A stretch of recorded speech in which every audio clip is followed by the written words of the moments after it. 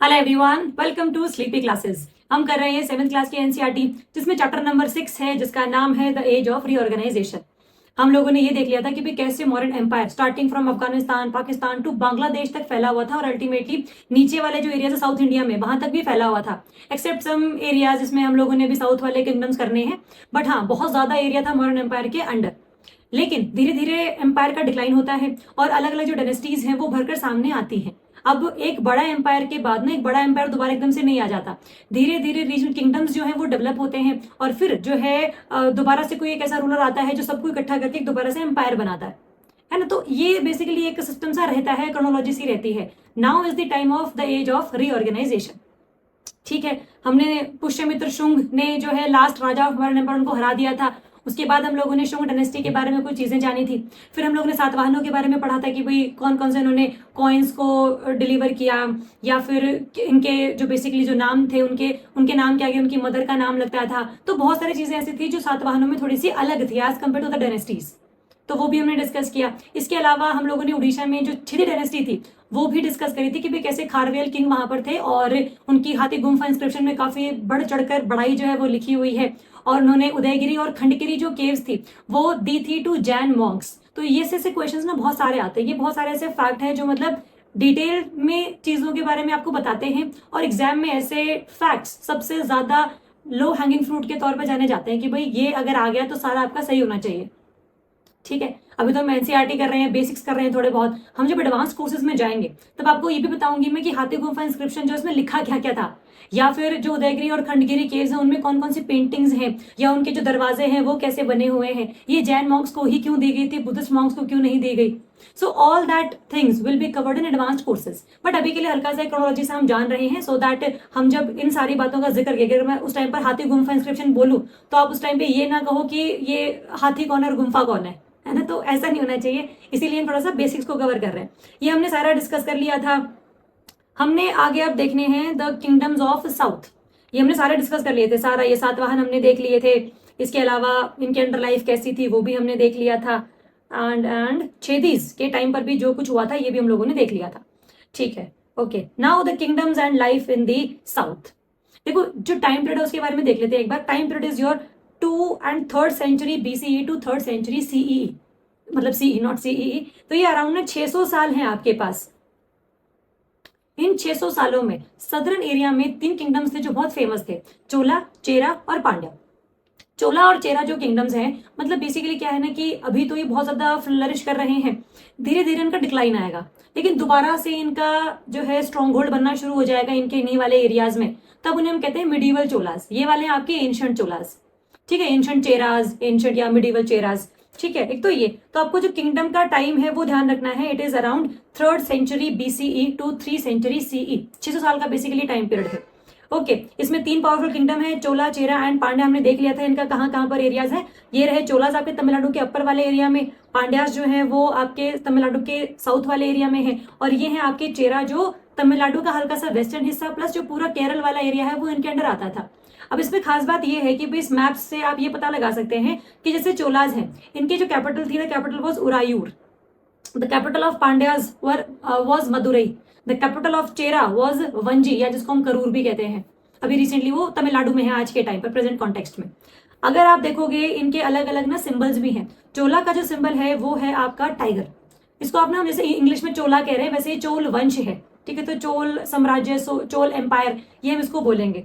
जो पांड्या है इनकी है डबल फिश। ठीक है, और इसके अलावा जो चेरा है उनका जो सिंबल है वो है बो एंड एरो। इस पर कई सारे जो क्वेश्चंस हैं वो बनते हैं। ठीक है, तो बेसिकली क्या है ना कि ये सारी चीजें आप लोगों ने मैप से निकालनी होती हैं कि भाई यहाँ पर ये अरेबियन सी वाला एरिया है, यहाँ पर ये बे ऑफ बंगाल वाला एरिया, तो कहाँ पर कौन सा किंगडम है। और टाइम पीरियड भी हम लोगों को पता ही है, तो 3rd century BCE to 3rd century CE, 600 साल है हमारे पास।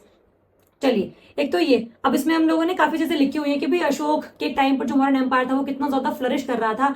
उसके बावजूद भी ये 3 एरियाज ऐसे थे जिनके ऊपर मॉडर्न एम्पायर अपना स्ट्रॉन्ग होल्ड नहीं बना पाए। तो ये दिखाता है कि भी इनके पास काफी पावरफुल आर्मी रही होगी, या फिर यहाँ के जो लोग हैं वो काफी ज्यादा जुड़े हुए होंगे किंग के साथ में। तो मतलब कहने का ये है कि यहाँ तक आना भी वैसे काफी ज्यादा मुश्किल था मौर्यन एम्पायर के शासकों के लिए, क्योंकि पाटलिपुत्र देखो बिहार वाले एरिया में है, तो कितने एरियाज में आप जो है जाकर अपना टेरिटरी को स्टैब्लिश करोगे।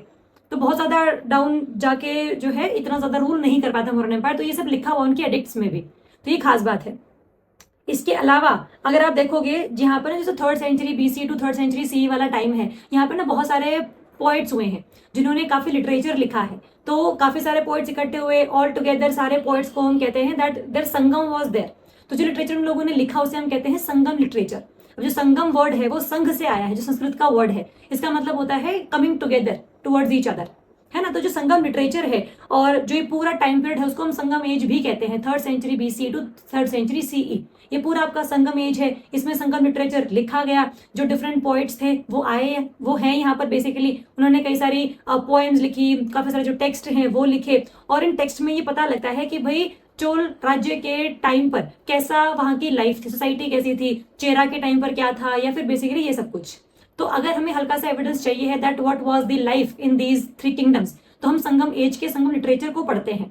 हाँ, वो ये अलग बात है कि मतलब ऐसे क्रोनोलॉजी में नहीं दिया हुआ है, ये अलग अलग जैसे कॉन्टेक्स्ट में यूज किया हुआ है, तो कहीं पर जिक्र मिलता है सारे किंगडम्स का, बट ये नहीं कि सारा संगम लिटरेचर जो है वो इन 3 के अराउंड ही घूमता है, इनमें जिक्र है वो अलग बात है, ठीक है। एक तो ये, इसके अलावा जो Sangam literature it is the oldest in southern India, जिसमें काफी सारी कलेक्शंस एंड एंथोलॉजीज हैं ऑफ पोएम्स, और ये मतलब कई बार ऐसा भी है कि काफी सारे हिस्टोरियंस ने इसको पूरा कंसल्ट किया है कि भाई हाँ, इसको पढ़ने से हमें पता लगता है that these areas belong to this dynasty and this was the kind of life in this dynasty and which ruler was present at that point of time, किसने किसको हराया, बैटल कौन कौन सी हुई, तो वो सब चीजें यहाँ पर लिखी हुई है इन संगम लिटरेचर्स में, ठीक है। तो अगर आपसे कोई पूछता है that what are the 3 dynasties या which are the 3 dynasties of Sangam age, then answer will be your 3 Chola, Chera and Pandyas, okay, with their capitals Uraiyur and Madurai and Karur, जो आपका चेरा वाला टाइम है, ठीक है, वंजी जिसे हम एक्स्ट्रा नाम भी बोलते हैं।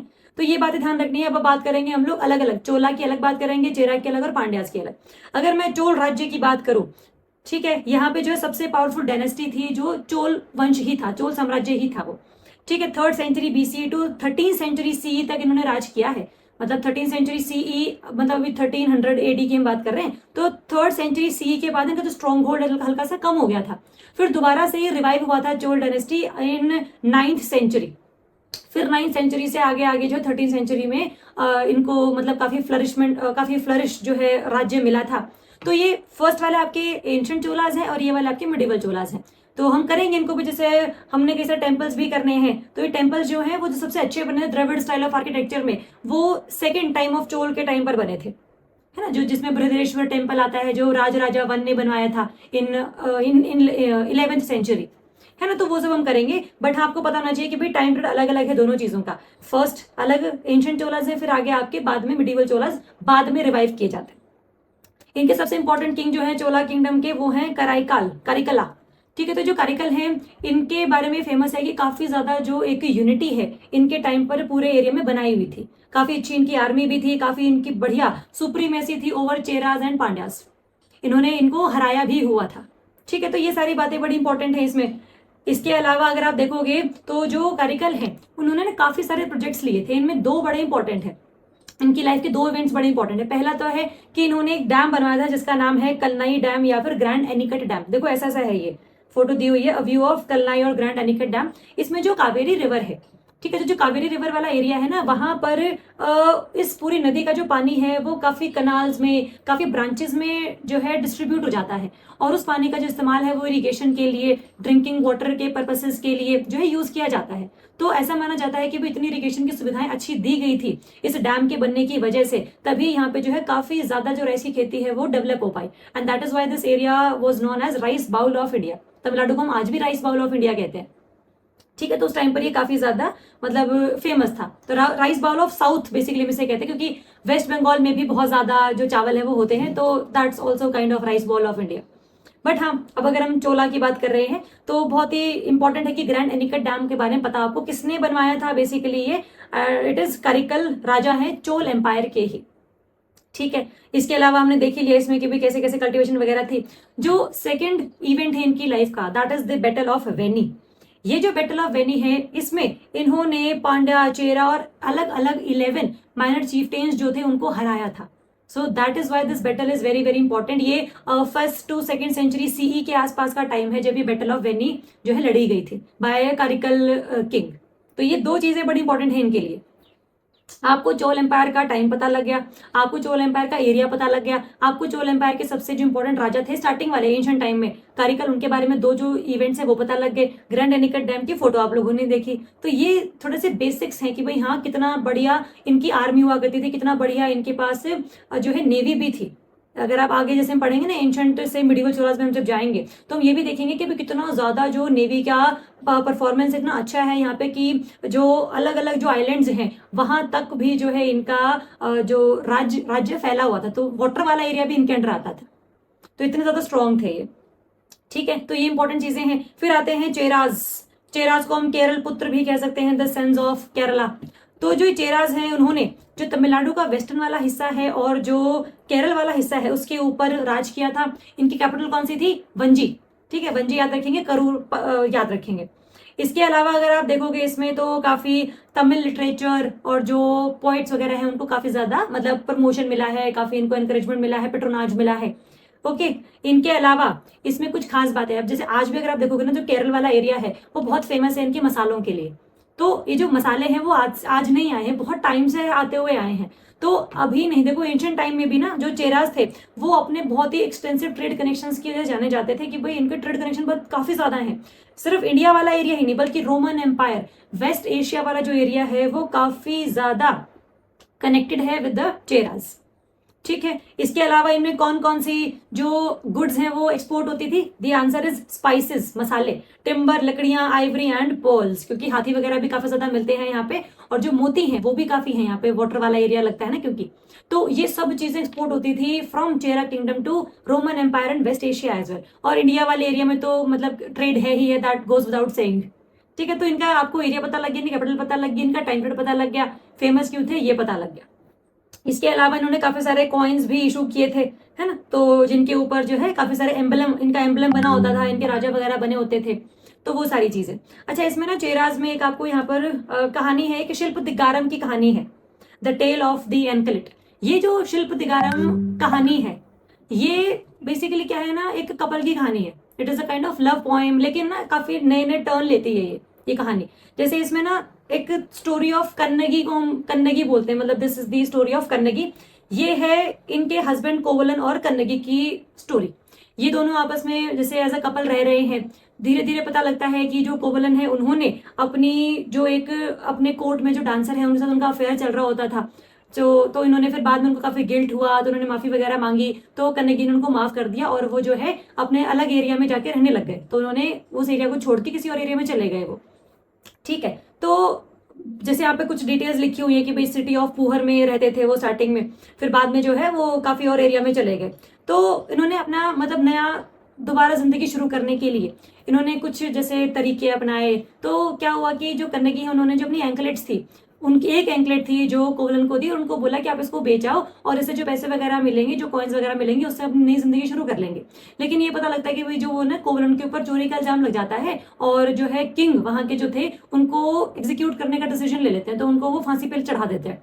इससे परेशान आगे जो कन्नगी हैं वो ये बताती हैं कि भाई ये मेरी एंकलेट थी, चुराई नहीं थी इन्होंने, मेरे पास देखो दूसरी एंकलेट भी प्रेजेंट है। तो जब राजा को पता लगा कि भाई हाँ ये तो गलत बंदे को फांसी हम लोगों ने लगा दी, तो उस गिल्ट में उनकी भी डेथ हो गई।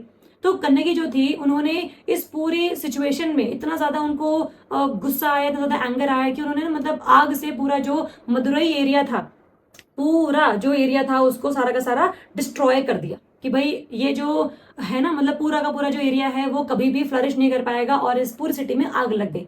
और जो कन्नगी है फिर इसके बाद जाती है वेस्टर्न घाट्स में, जहां पर जो चेरा किंगडम है वहां पर वो प्रेजेंट है। ठीक है, चेरा किंगडम में एक जो राजा है उनका नाम था सेंगुतुवन। जो सेंगुतुवन है उन्होंने कन्नगी और पत्तिनी कल्ट की शुरुआत की थी कि ये मतलब लोगों को प्रमोशन दिलाने के लिए कि भाई जो पतिव्रता नारी, जो सतीव्रता नारी है बेसिकली, वो अपने पति को बचाने के लिए कुछ भी कर सकती है ना। तो मतलब ये जो पत्तिनी कल्ट है उसमें कन्नगी की पूजा होती है और आज भी पूजा होती है। वो तमिलनाडु चेरा जो केरल वाला एरिया है वहां पर काफी ज्यादा इस कल्ट की पॉपुलैरिटी है। तो ये जो शुरुआत है वो चेरा राजा जो सेंगुतुवन थे उन्होंने किया था इसको स्टार्ट। ठीक है, तो हल्का सा बस ये आइडिया लगना चाहिए कि भाई क्या है क्या नहीं है। जो शिल्प दिगारम है वो इनके पूरे सिस्टम को दिखाते हैं कि भाई किस तरीके से the principles of justice and the rulers dharma to protect it, कि भाई ये राजा का धर्म है रूल्स को प्रमोट करना, रूल्स के जरिए लोगों को प्रोटेक्ट करना। तो अगर वो ये सब नहीं कर पाते हैं तो फिर काफी ज्यादा जो है दिक्कत रहती है। और इसमें काफी सारी चीजें और भी बताई गई हैं कि भाई कैसे 3 किंगडम्स थे उस टाइम पर, और काफी गुड्स वो ट्रेड की जाती थी आपस में यहाँ किसी और एरिया में, तो काफी ज्यादा जो है फ्लरिशमेंट थी यहाँ पे। तो शिल्प दिगारम की एक छोटी सी कहानी है, पेपर में क्वेश्चन आया हुआ है कि Silappatikaram was the story of which characters, तो कन्नगी एंड कोवलन, ठीक है, कपल की कहानी है बेसिकली। उसके आसपास जो भी और सारी चीजें हैं वो बताती है कि उस टाइम पर क्या लाइफ थी क्या नहीं थी, ठीक है। तो ये ध्यान रखेंगे। तो ये भी इंपॉर्टेंट है इसमें कि पहले वो जो है ये पुहर वाले एरिया में रहते थे कावेरी पट्टनम में, ठीक है। उसके बाद ये पांड्या की जो कैपिटल थी मदुरई, वहां पे चले जाते हैं। तो हल्का सा मतलब जो सिटीज हैं वो भी इसमें मेंशन्ड है, तो हल्का सा आइडिया होना चाहिए हमें कि हाँ कैसी क्या कहानी है और किसके अराउंड ये चलती है, ठीक है। इसके अलावा अगर हम बात करें चेरास के अलावा पांड्यास की, जो पांड्यास हैं वो भी उन्होंने भी तमिलनाडु का ही जो निचले वाला हिस्सा है, लोअर पार्ट ऑफ तमिलनाडु, उस पर राज किया था, काफी इंपॉर्टेंट है। इनकी जो कैपिटल थी उस टाइम पे मदुरई थी, और इनकी भी जो है 3rd century BC to 3rd century CE के आसपास का टाइम पीरियड है।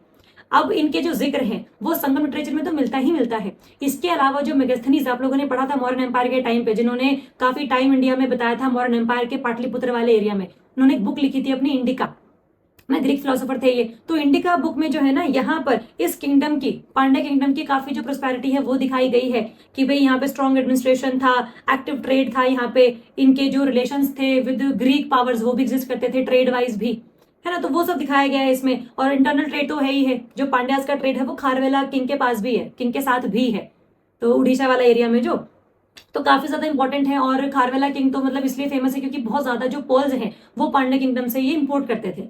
तो मतलब वैसे ही काफी ऐसे ट्रेड को, ये एक्टिव ट्रेड को दिखाता है हमारे उस टाइम पीरियड की पूरे सिचुएशन को।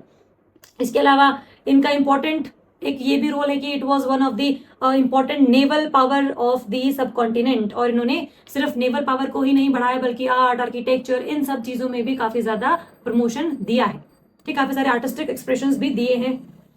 And yes, the Pandyas were known for their pearls.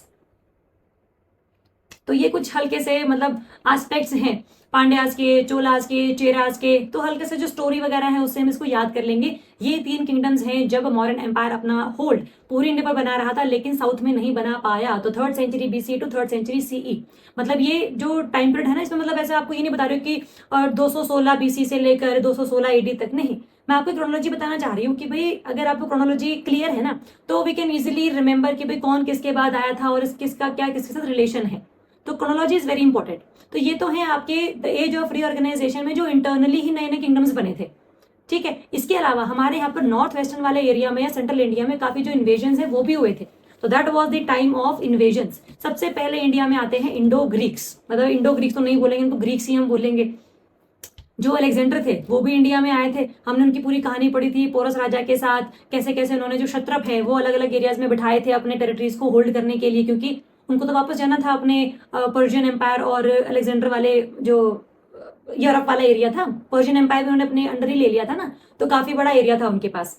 एक तो ये, अब इन्वेडर्स में सबसे पहले आते हैं आपके ग्रीक, जिनकी सबसे खास बात है कि ये नॉर्थ वेस्टर्न जो प्रोविंस थे, अफगानिस्तान, पाकिस्तान, हरियाणा, पंजाब और यूपी मध्य प्रदेश वाले जो एरियाज थे, वहां पर इनके होल्ड काफी ज्यादा स्ट्रॉन्ग थे, ठीक है। धीरे धीरे पढ़ेंगे हम लोगों ने अलेक्जेंडर का ब्रीफ कैंपेन तो पढ़ा ही था, क्षत्रप इन लोगों ने पीछे छोड़ दिए थे, उनके जो इंडिपेंडेंट किंगडम्स थे उनको हम लोगों ने इंडो ग्रीक्स के नाम से जाना था।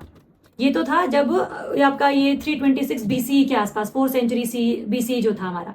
उसके बाद मौर्यन एम्पायर का जब डिक्लाइन होता है, ठीक है, काफी सारे जो नॉर्थ वेस्टर्न वाले रीजन है वहां पर दोबारा से इंडो ग्रीक्स के लिए एक इजी टारगेट बन जाता है कि भाई हम लोग जो है इसको बढ़िया तरीके से अपने अंडर लेकर आ सकते हैं, because now the hold of modern empire has been lost.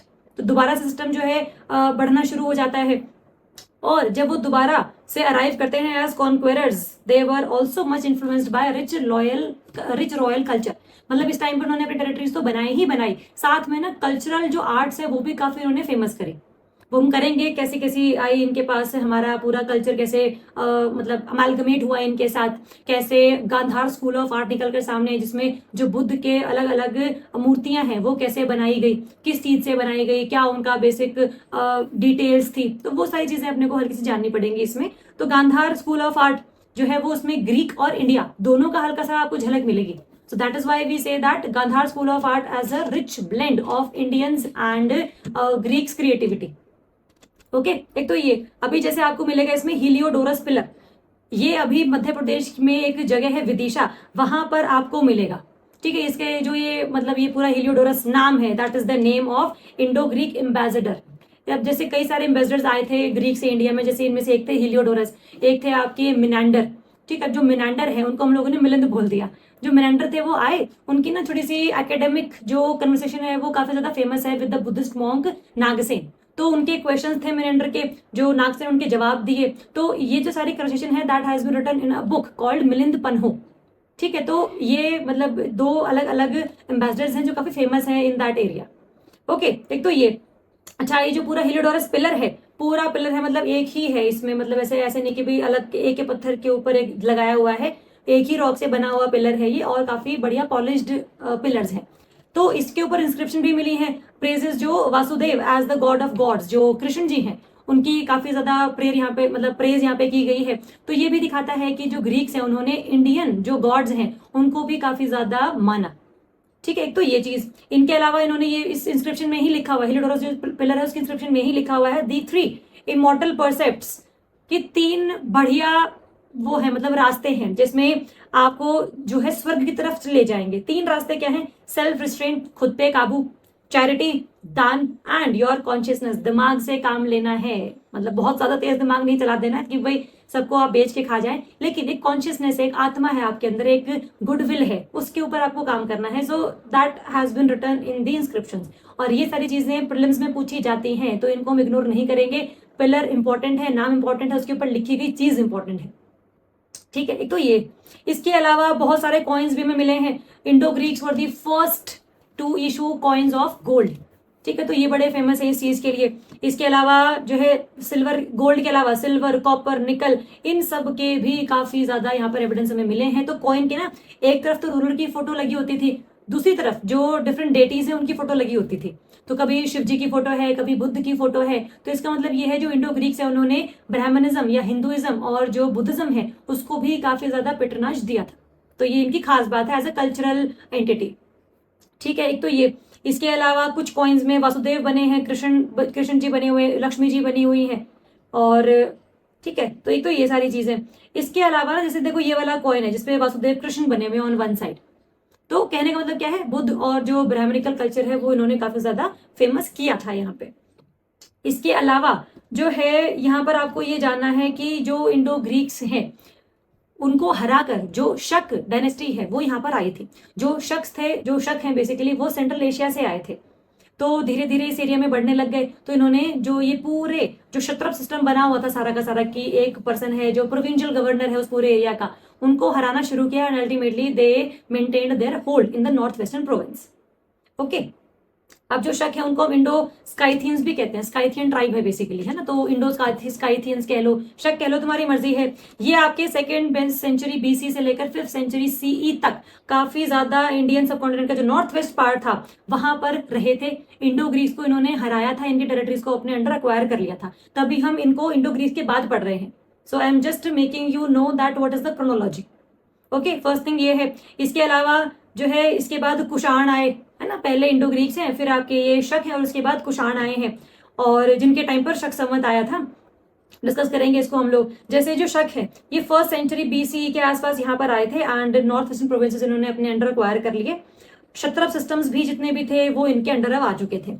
अब ना यहाँ पर जैसे शक संवत की हम बात करेंगे, तो जो शक संवत है ना वो इनके द्वारा चलाया नहीं गया था, इन्होंने शुरुआत नहीं करी थी उसकी। हम जो कुषाण पढ़ेंगे ना आगे, इन्होंने शक संवत चलाया था। कुषाणों में एक सबसे इंपॉर्टेंट राजा है कनिष्क, तो उन्होंने ये शुरू किया था that this is the time period of शक संवत, क्योंकि इस टाइम पर जो है उनकी जो कोरोनेशन है वो हुई थी, है ना। इस टाइम पीरियड पे हम देखेंगे बेसिकली क्या है वो। लेकिन जो स्काइथियंस हैं या जो आपके ये शक हैं, ये काफी ज्यादा इंपॉर्टेंट हैं, क्योंकि इसमें ना कई सारे आपको और चीजें मिलेंगी, जिसमें आपको ये देखने को मिलेगा कि जो रुद्रदमन है, जो रुद्रदमन इनके एक और राजा हैं, मतलब इन्हीं के ही, तो वो किस तरीके से संस्कृत में लिखी हुई इंस्क्रिप्शन को बनाते हैं। तो संस्कृत लैंग्वेज का जो काफी एक स्ट्रॉन्ग सिस्टम है वो क्रिएट होता है। तो कहने का मतलब ये है कि काफी ज्यादा इनका एक स्ट्रॉन्ग होल्ड रहता है। और गुजरात में एक लेक है सुदर्शन लेक, उसको भी रिवाइव इन्होंने ही किया था, है ना। तो मतलब शकों के टाइम पर काफी ज्यादा जो आर्ट एंड आर्किटेक्चर है वो भले ही इतना डेवलप ना हुआ हो, लेकिन इनका सबसे खास बात ये थी कि इन्होंने इंडो ग्रीक्स को हराया और अल्टीमेटली उनके जो डिफरेंट क्षत्रप प्रणाली के तहत क्षत्रप्स थे, जो जिनको हम सत्राप्स कहते थे अभी, तो उनको अपने अंडर कंट्रोल में ले आए थे। अगर आप कुषाणों की बात करोगे, देखो कुषाण भी आपके 2nd सेंचुरी सीई में इंडिया में एंटर किए थे और जनरली जो है ये Central Asia to large part of northern India में थे, मतलब ये चाइना के आसपास जो ट्राइब थी उसके ही एक आप कह लो कि वंशज थे। तो ये वहां से इंडिया में एंटर करे 2nd सेंचुरी सीई के आसपास। अब इन्होंने भी काफी ज्यादा जो कल्चरल इंटरमिक्सिंग है वो करी, इन्होंने भी काफी सारे मिलिट्री कैंपेन चलाए। जो कनिष्क हैं उन्होंने काफी आर्ट एंड कल्चर को प्रमोट किया। तो कुषाण जो है वो इसलिए फेमस है कि कनिष्क उनके राजा थे। ठीक है, ये देखो एक ये वो मिला हुआ है यहाँ पे कनिष्क का हेडलेस स्टैचू, इसमें लिखा हुआ है कि भाई ब्रह्मी इंस्क्रिप्शन में लिखा हुआ है, ब्रह्मी स्क्रिप्ट में लिखा हुआ है that Maharaja Rajadhiraja Devaputra Kanishka the great kings, the king of kings, the god of kings, the Kanishka, है ना। तो मतलब ये सब उनके बारे में प्रॉपर चीजें बताई हुई हैं। तो ये हमारे पास अभी मथुरा में हमें मिला था। It was discovered in 1911 by archaeologist Pandit Radha Krishna. इन्होंने डिस्कवर किया था इसे नियर विलेज कॉल्ड मठ, जो मथुरा में है अभी। तो मथुरा में इसको हम लोगों ने फाइंड आउट किया था। तो बड़ा इंपॉर्टेंट है ये, है ना। ये बहुत ज्यादा 1.85 मीटर हाई स्टैचू है ये। तो इसके मतलब इसको देखकर ऐसा लगा था कि मतलब काफी ज्यादा स्ट्रॉन्ग होल्ड था कनिष्क का इस टाइम पर, कि उन्होंने अपने खुद के जो बड़े बड़े स्टैचूज हैं और वहां पर लिखवाया हुआ है महाराजा राजाधिराज देवपुत्र कनिष्क। ओके, तो बस ये चीज है। इसके अलावा जो कनिष्क ने कॉइन्स भी मतलब काफी ज्यादा निकाले थे, इसमें भी सेम चीज है। देखो भाई ये कॉइन का अगला हिस्सा है, कॉइन का पिछला हिस्सा है, यहाँ पर बने हुए हैं कनिष्क की ही फोटो और इस जिसमें उन्होंने ये वो स्पेयर पकड़ा हुआ है जहाँ पे लिखा हुआ था किंग ऑफ किंग्स, यहाँ लिखा हुआ है। इसका जो बैक साइड है वहां पर बुद्ध की मूर्ति बनी हुई है, जहां पर ये जो लिखा हुआ है ये बुद्ध लिखा हुआ है। ऐसे ही यहाँ पर भी है इसमें सेकंड कॉइन में जो है एक साइड एम्परर है और यहाँ पे जो है शिव और बुल नंदी दिखाए गए हैं। तो ये ब्राह्मणिज्म और बुद्धिज्म दोनों का प्रमोशन है। तो कुषाणों के टाइम पर ये दोबारा सिस्टम रहा कि भाई हिंदुइज्म को हम लोगों ने ज्यादा खत्म नहीं होने दिया। ठीक है, तो ये सब जो है काफी ज्यादा प्रिजर्व करके रखी गई सारी चीजें। ओके, तो ये काफी इंपॉर्टेंट है। अब ये भी दिखाता है ना कि भाई जो कुषाण है वो जो चाइना वाले एरिया से सेंट्रल एशिया से आए हैं वो बुद्धिज्म या शैविज्म में क्यों इतना इंटरेस्ट दिखा रहे हैं। So just to have an idea that art and culture जो है वो हर एरिया का अलग अलग होता है और अपना एक जो रिलीजन या कल्चर है वो किसी और के ऊपर थोपते नहीं है। So that is the idea we can have with the aspect of all this Kanishka coins. Okay, अब इसके अलावा जो डिफरेंट कुषाण है उनका सिल्क रूट पर भी काफी ज्यादा स्ट्रॉन्ग होल्ड था, है ना जी। देखो ये रहा आपका सिल्क रूट है जहां पर आप ना चाइना से लेकर मेडिटेरेनियन सी तक जो सिल्क की खेती या कॉटन की जो वो है खेती वगैरह है उसको हम ट्रेड करते थे। देखो ये रहा चाइना के बिल्कुल ईस्टर्न पार्ट से लेकर पूरा चाइना से होते हुए जो है फिर आपका लास्ट में आता है मेडिटेरेनियन सी तक, यहाँ तक मतलब यूरोप को चाइना से जोड़ने वाला सिल्क रूट था। जैसे ना अभी आप लद्दाख वाले एरिया में जाओगे तो लद्दाख वाले एरिया में ना यहाँ पर जैसे ये कि ये एरिया तिब्बत का है, ये एरिया इंडिया का है, तो आपको ना इंडिया वाले एरिया से खड़े होकर दिखता है कि भाई देखो ये रोड जा रही है, that was a silk route. तो वो अभी जो है चाइनीज गवर्नमेंट ने बंद किया हुआ है अभी थोड़ा टाइम के लिए, क्योंकि काफी ज्यादा यहाँ पे जो है आर्मी रखनी पड़ती थी। बट वहां पर जो है उन्होंने भी रोबोट्स वगैरह लगा रखे हैं जो दैट निगरानी हो सके कि भाई कोई इंडिया से तो यहाँ पर एंटर नहीं कर रहा है। तो मतलब ये कहने का है कि आपको दिखता है कि वो रूट बना हुआ है एंड दैट्स वेरी फैसिनेटिंग, है ना। तो ये सिल्क रूट जो था उसमें जो कुषाण थे उनका काफी ज्यादा एक स्ट्रॉन्ग होल्ड था। ठीक है, इसके अलावा ट्रेड वहां पर वेस्ट एशिया तक मेडिटेरेनियन सी तक काफी इनका ट्रेड था। इसके अलावा आर्किटेक्चर में अगर आप देखोगे ना तो 2 स्कूल ऑफ आर्ट्स बड़े फेमस हुए इनके टाइम पे। एक था आपका गांधार स्कूल ऑफ आर्ट, एक था आपका Mathura school of art. Gandhara school of art ने भले ही शुरू किया था ग्रीक्स ने, इंडो ग्रीक्स जिसे हम कहते हैं, बट जो उसमें ना चीजों को बनाया गया, एग्जाम्प्लीफाई किया गया, चीजों को ऐड किया गया, वो किया गया था कुषाण पीरियड के टाइम पे। तो कुषाण या ग्रीक दोनों ही आप कह सकते हैं that they were the patterns of this Gandhara school of art. इस गांधार स्कूल ऑफ आर्ट में जो मेनली बुद्धिस्ट के जो बुद्धिज्म के जो डिफरेंट इमेजेस हैं, जो मूर्तियां हैं बुद्ध के स्टैचूज जो हैं वो बनाए गए थे। ठीक है, तो एक तो ये सारी चीजें। अब इसमें ना आप अगर देखोगे इसमें तो काफी ज्यादा आपको फ्यूजन भी देखने को मिलेगा इंडियन और ग्रीक्स का, इंडिया और ये कुषाणों के टाइम पीरियड का। जैसे ये एक फोटो है द हेड ऑफ बोधिसत्वा, ये बनाया हुआ है, ये गांधार स्कूल ऑफ आर्ट का है। गांधार स्कूल ऑफ आर्ट में जो बुद्ध के स्टैचूज है ना उसमें या बोधिसत्वा के जो स्टैचूज हैं उसमें इनकी ना हल्की सी आंखें बंद है, तो it is shown that he is meditating. इसके अलावा जो इनके चारों तरफ में से हेलो बनाया हुआ है सिर के पीछे, और साथ में बढ़िया जैसे ऐसे वो कपड़े जैसे जो रोब है वो काफी ज्यादा बढ़िया क्वालिटी का एनाटॉमिकली स्ट्रक्चर के साथ बनाया हुआ है, काफी फाइन डिटेल्स हैं उसके अंदर। है ना, तो हल्का सा ये दिखाया हुआ है उसमें। और तो ये गांधार स्कूल ऑफ आर्ट है। और इसके अलावा बहुत सारे और एराज, मतलब बहुत सारे और गॉड्स हैं जो इस एरा के टाइम पर काफी फेमस हुए थे, लाइक द गॉड सन। तो उसको उनको भी जो है काफी ज्यादा प्रमोशन मिला था इस टाइम पे, तो काफी चीजों को रिप्रेजेंट किया गया था through gods in human form. तो कनिष्क के टाइम पर है, कुषाणों के टाइम पर है ये प्रॉपर। इसके अलावा अगर आप देखो गांधार स्कूल ऑफ आर्किटेक्चर में वेस्टर्न पंजाब वाला हिस्सा होगा, बिकॉज ग्रीक्स यहीं तक ही आ पाए थे। इंडियन फीचर्स है इनमें। ये जो पूरा का पूरा बुद्धिस्ट स्टैचूज बने हैं, बुद्धिज्म के स्टैचूज जो बने हैं, ये बने हैं आपके ग्रे ब्लैक स्टोन से, शिस्ट स्टोन है ना, तो जो शेल स्टोन है उससे बने हैं। तो हल्का सा ग्रे और ब्लैकिश जो स्ट्रक्चर है आपको इसमें देखने को मिलेगा। जैसे मथुरा स्कूल ऑफ आर्ट में हम जब जाएंगे तो मथुरा स्कूल में ना, मथुरा वाले एरिया में रेड सैंडस्टोन बहुत ज्यादा मिलता है, तो जो जितने भी स्टैचूज हैं वो रेड सैंडस्टोन से ही बनाए हुए हैं। तो जो चीज जहां पर ज्यादा मिलती है उसका इस्तेमाल किया जाता है इनको बनाने में। हम लोगों ने सातवाहनों के टाइम पर अमरावती स्कूल ऑफ आर्ट देखा था, तो उन्होंने पेट्रनाश किया था अमरावती स्कूल ऑफ आर्ट को, जिसमें हमने कहा था कि काफी सारी जो जातक कथाएं हैं वो पैनल्स पे बनाई हुई है, उनकी जो पूरी कारीगरी की हुई है, कार्व आउट किया गया फ्रॉम रॉक्स। तो वो जो सारी चीजें थी वो व्हाइट मार्बल से बनी थी, क्योंकि उस एरिया में व्हाइट मार्बल बहुत ज्यादा मिलता था। तो कहने का मतलब क्या है, जैसे यहाँ पे अलग अलग एरियाज में अलग चीजें मिलती हैं, तो उससे ही हम सारा सब कुछ बनाते हैं। सो गांधार स्कूल ऑफ आर्ट की सबसे खास बात यह है कि भाई इन्होंने ग्रे ब्लैक जो शिस्ट स्टोन है उसको यूज किया था। एनाटॉमिकल स्ट्रक्चर काफी अच्छे थे, मतलब जो बॉडी का स्ट्रक्चर है वो बढ़िया दिखाया हुआ था, जैसे मसल्स दिखाई हुई थी काफी सारी, और जो फ्लोइंग रोब्स ऐसे मतलब बढ़िया ऐसे लाइन वाइज चीजों को बनाया हुआ है इसमें, तो काफी अच्छी आर्टिस्टिक एक्सप्रेशन है यहाँ पर।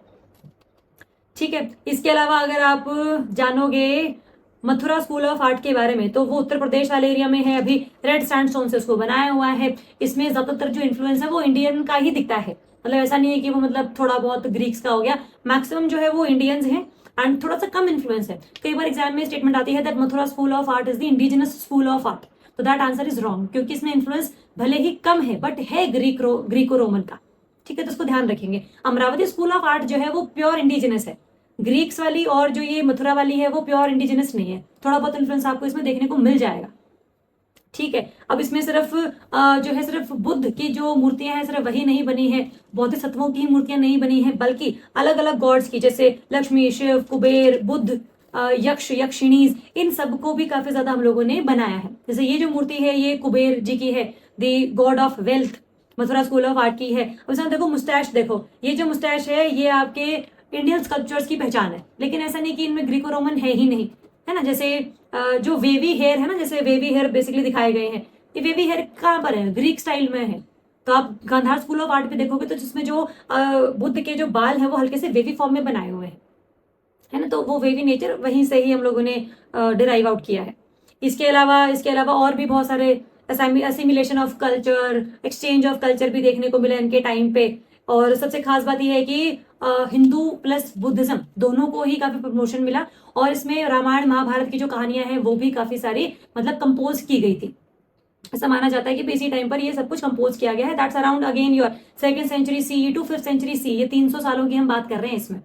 ठीक है, अभी रिसेंटली इसमें गुप्त भी आएंगे, है ना, गुप्त वंश भी आएगा हमारा। अच्छा, हम लोगों ने इसमें एक और बात करी थी कि शक संवत, जो शक संवत है ना ये कनिष्क ने शुरू किया था 78 AD में, कनिष्क ने शुरू किया था ये, क्योंकि ये उनका द डे ऑफ कोरोनेशन था, द ईयर ऑफ कोरोनेशन था।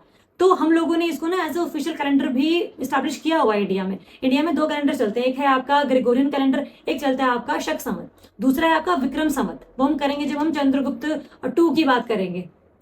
ठीक है, तो 78 AD में शक संवत चलाया गया था। तो अगर आज 2026 है, 2026 है, तो अगर मैं कहूँ कि ग्रेगोरियन कैलेंडर के हिसाब से तो 2026 चल रहा है, शक संवत में कौन सा टाइम पीरियड है, तो आपको 2026 में से 78 AD जो है वो घटाना पड़ेगा। तो answer I think would be 1948 के अराउंड, है ना। इसको एक बार चेक कर लेंगे तो 40s के टाइम का पीरियड का चल रहा होगा इसमें, है ना। तो ये क्या है, ये दिखाता है कि भाई इंडिया के 2 ऑफिशियल कैलेंडर्स हैं, शक संवत एंड ग्रेगोरियन कैलेंडर। अगर आपको ईयर निकालने हैं इनके तो फिर आपको जो है इतने माइनस करने पड़ेंगे उसमें से। तो ये जो कनिष्क हैं इन्होंने शुरू किया था, तो शक संवत क्यों बोलते हैं, ये तो कुषाण थे, इसलिए बोलते हैं क्योंकि भले कनिष्क ने इसको शुरू किया, लेकिन इनके मर जाने के बाद, इनकी डेथ के बाद काफी सारे जो क्षत्रप्स थे जो इस्टेब्लिश हो रखे थे ऑलरेडी, उन्होंने इस कैलेंडर का काफी ज्यादा यूज किया था बहुत टाइम पीरियड तक। तो शकों ने इसको ज्यादा यूज किया, and that is why the name is called शक संवत। तो इसको कनिष्क या कुषाण संवत नहीं कहते, शक संवत ही कहते, because of its wide use by शक क्षत्रप गवर्नर्स। ओके, तो ये बात ध्यान रखेंगे। इसके अलावा ये कुछ इंपॉर्टेंट डिटेल्स हैं, अलग अलग फोटोज वगैरह दी हुई हैं यहाँ पर आपको। ये दिखाता है कि भाई कुषाणों के टाइम पर कितना बढ़िया जो सिस्टम है वो आर्किटेक्चर वाइज था। अब जो ये पहली मूर्ति है इसमें दिखाया हुआ है the death of Buddha, the Mahaparinirvana, है ना। इसके अलावा ये है एक आपकी बोधिसत्व मैत्रेय, काफी सारे बोधिसत्व हैं तो उसमें से ये मैत्रेय हैं। इसके अलावा थर्ड इमेज है आपकी, दैट इज द शिवलिंग, जो कि कुषाण जो है इनकी पूजा कर रहे हैं। तो मतलब शैविज्म में भी काफी ज्यादा मतलब इनका इंटरेस्ट था कुषाणों का। इसके अलावा ये जो है एक नाग देवता है बिटवीन टू नागीज, है ना, जो 8th ईयर ऑफ कनिष्क का जो राज्य था उसको दिखाता है। इंस्क्रिप्शन उसके हिसाब से लिखी गई है। यहाँ पर एक Kartikeya the god of war and the अग्नि गॉड ऑफ फायर, इन दोनों की मूर्ति रखी हुई है यहाँ पे। इसके अलावा द स्टैंडिंग बुद्धा, सुल्तानगंज बुद्ध भी हम इसे कहते हैं। तो कितनी बढ़िया कार में गई है, हम कहते हैं ना फ्लोइंग रोब इस तरीके से, तो कितना बढ़िया ऐसा लग रहा है कि भाई सच्ची में ही जो एक कपड़ा है वो लिया हुआ है, कितना बढ़िया इसमें दिखाया हुआ है ना। हेलो बनाया हुआ है इसके चारों तरफ। तो ये काफी इंपॉर्टेंट मूर्तियां हैं, काफी इंपॉर्टेंट स्कल्पचर्स हैं जो फेमस हैं। तो हम जब आर्किटेक्चर करेंगे, सिर्फ आर्किटेक्चर करेंगे, तो उसमें हम सारी बातें दोबारा देखेंगे इसमें, तो कि कुषाणों ने किसको ज्यादा प्रमोट किया, बुद्धिज्म को या जैनिज्म को या शैविज्म को। तो उसमें आपको पता लग जाएगा कि सिर्फ बुद्धिज्म और जो हिंदुइज्म था उसको प्रमोशन था कुषाणों के टाइम पे। ठीक है, तो शक संवत क्या है, चोला, चेरा, पांड्या, इंडो ग्रीक्स, शक, और इसके अलावा आपके ये कुषाण, इनके टाइम पीरियड क्या क्या थे, इन्होंने किन किन बातों पर जिक्र किया। ये पूरी टाइमलाइन दी हुई है आपको, starting from Pushyamitra Shunga to ultimately your Satavahana वाला टाइम। शुंग के बाद या इंडो ग्रीक्स भी आए हैं, शक, सातवाहन, कुषाण, सारा टाइम पीरियड दिया हुआ। ये आपको रिवीजन करने के लिए है। जो हम लोगों ने अभी तक सीखा है वो सारा का सारा बस एक डायग्राम में आपको दिया हुआ है। ठीक है, तो आपको इस Sangam literature 3rd BCE to 3rd CE वाला ध्यान रखना है। और जो आपके ये जो पूरे के पूरे इन्वेजन है ये 1st सेंचुरी BCE से शुरू हो जाते हैं, बल्कि 2nd सेंचुरी BCE से लेकर 5th सेंचुरी CE तक 700 साल हैं आपके इन्वेजन के। अलग अलग एरियाज में अलग अलग आपको इन्फ्लुएंस देखने को मिलेगा, अलग अलग डायनेस्टीज के, वो भी जो फॉरेन से आई है हमारे यहाँ पे। ठीक है, तो ये सारे आइडियाज हैं, बस अपने को जानने हैं। इसके साथ हमारा जो ये थोड़ा बहुत बेसिक्स है, चोला, चेरा, पांड्या का, सातवाहनों का, चेदीज का, या मॉडर्न एम्पायर के डिक्लाइन के बाद क्या क्या रीऑर्गेनाइजेशन हुई थी पूरे सिस्टम्स में, उसको हम लोगों ने देखा। आपने बस करना क्या है, आपने बस इन सब चीजों को एक बार रिवाइज करना है। ठीक है, और कोई भी अगर दिक्कत रहती है तो हमें बताना है। और अगर आप एडवांस्ड कोर्सेज में हमारे इनरोल होना चाहते हैं तो you can call us as well. तो कोई भी परेशानी, कोई भी दिक्कत रहेगी तो please do let me know, will solve that out. Thank you so much and all the best.